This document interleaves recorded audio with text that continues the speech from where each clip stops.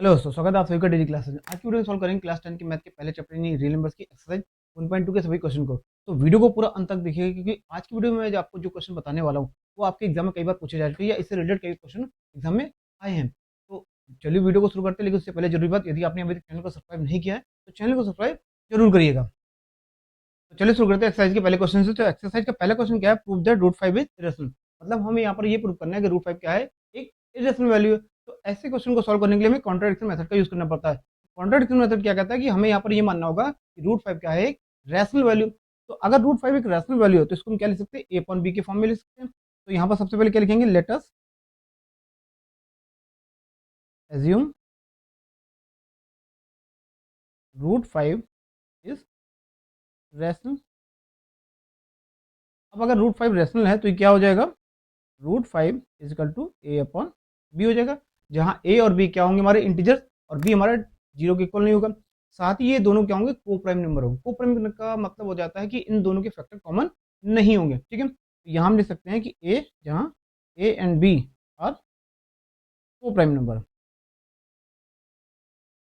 ठीक है, अब इसको हम सॉल्व कर लेते हैं। तो क्या हो जाएगा? ये ए इजिकल टू क्या हो जाएगा? B root to root 5। अब इसमें क्या करेंगे? दोनों तरफ स्क्वायर कर देंगे, स्क्वायरिंग बोथ साइड।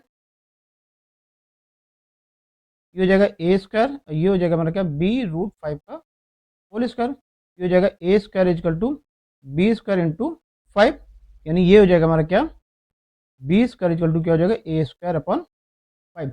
अब यहाँ पर एक चीज़ ध्यान देने वाली है, इसको मान लेते हैं इक्वेशन फर्स्ट। ठीक है, अब यहाँ पर एक चीज़ देखिए, ए स्क्वायर डिविजिबल हो रहा है किससे? 5 से। तभी तो यहाँ पर एक हमारा इंटीजर आ रहा है बी स्क्वायर। ठीक है, यानी अगर यहाँ पर इंटीजर बी स्क्वायर आ रहा है तो इसका मतलब ये हो कि ए स्क्वायर 5 से डिविजिबल हो पा रहा है। अब अगर ए स्क्वायर 5 से डिविजिबल हो रहा है तो ए भी 5 से क्या होगा? डिविजिबल होगा। ठीक है, यहाँ पर हम लिख सकते हैं कि a square is divisible by 5, therefore a also divisible by 5। ठीक है, अब अगर ए भी 5 से डिविजिबल है, 5 से डिविजिबल है, यानी ए अपॉन 5 भी अगर 5 से डिविजिबल है तो इसकी भी कोई वैल्यू आएगी जो कि इंटीजर होगी। मान लिया वो वैल्यू क्या आएगी? वो आएगी सी। ठीक है, इसको अगर हम सॉल्व करें तो क्या हो जाएगा? ए इजकल टू 5 सी। अब ये जो ए इजकल टू 5 सी आया है इसको क्या करेंगे? इस इक्वेशन में हम रख देंगे। तो यहाँ लिखेंगे put a is equal to 5 c in equation first. ठीक है, ए इजकल टू 5 सी किस में रखेंगे? A square equal to b square into 5। यहाँ पे लिखेंगे a square equal to b square into 5। A square हमारा क्या है? ये क्या हमारा? 5 सी। तो ये हो जाएगा 5 सी का whole square equal to b square into 5। ये हो जाएगा 25 सी square equal to b square into 5। ये 5 5 जा 25 से कैंसिल हो जाएगा। तो ये हो जाएगा बी स्क्वायर इजकल टू क्या हो जाएगा हमारा? 5 सी स्क्वायर। ठीक है, तो सी स्क्वायर भी हमारा क्या हो जाएगा? B square upon 5। अब यहाँ पर भी देखिए क्या है कि बी स्क्वायर क्या हो रहा है? हमारा 5 से डिविजिबल हो रहा है। अब अगर बी स्क्वायर भी 5 से डिविजिबल हो रहा है तो बी भी क्या होगा? 5 से डिविजिबल होगा। यहाँ लिख सकते हैं therefore b square is divisible by 5, hence b, यहाँ पर लिखेंगे hence b also divisible by 5। ये क्या हो गया हमारा? सिनेरियो 2। अब देखिए सिनेरियो 1 क्या कहता है? हमारा सिनेरियो 1 हमारा कहाँ था? ये हमारा सिनेरियो 1, इसको मान लेते हैं सिनेरियो 1। अब ये जो सिनेरियो 1 है इसमें क्या है कि ए हमारा किससे डिविजिबल है? 5 से। और सिनेरियो 2 में क्या है? बी भी हमारा क्या डिविजिबल है? 5 से। यानी यहाँ पर हमें ए और बी के क्या कॉमन फैक्टर निकल के आ गए? 5। कि हमने क्या माना था शुरुआत में कि ए एंड बी हमारे क्या है? वो प्राइम नंबर है जिनके कोई भी कॉमन फैक्टर नहीं होते। यानी हमने जो एजम्पशन माना था वो क्या हो रहा है? कॉन्ट्रडिक्शन हो रहा है। मतलब हमने कहा था कि ए और बी हमारे क्या है?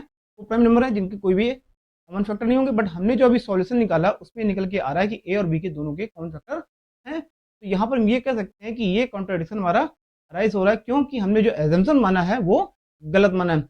यहाँ लिख सकते हैं this Contra prediction arisen due to our wrong assumption। ठीक है, यानी हमने जो assumption लिया था कि √5 क्या है, रैशनल वैल्यू है, ये हमारा क्या हो गया, रॉन्ग हो गया। तो इसका मतलब ये हुआ therefore √5 is a irrational value. ठीक है, करेक्ट है। अगर हमारे कॉमन फैक्टर नहीं निकलते तो जो हमने एजम्पशन माना था वो हमारा क्या हो जाता, सही हो जाता। बट हमारे क्या ए और बी के दोनों के कॉमन फैक्टर निकाला है, इसलिए हम कह सकते हैं कि जो हमने एजम्पशन माना था वो क्या है, गलत है। इसका मतलब √5 हमारा क्या हो जाएगा, एक रैशनल इररेशनल वैल्यू। ठीक है, करेक्ट। तो आज की वीडियो में बस इतना ही। यदि आपको वीडियो पसंद आया तो चैनल को सब्सक्राइब जरूर करिए और वीडियो को ज़्यादा से ज़्यादा लोगों तक शेयर करें। तो मिलते हैं अगले वीडियो में इसी एक्सरसाइज के नेक्स्ट क्वेश्चन के साथ में। तब तक के लिए नमस्कार, जय हिंद।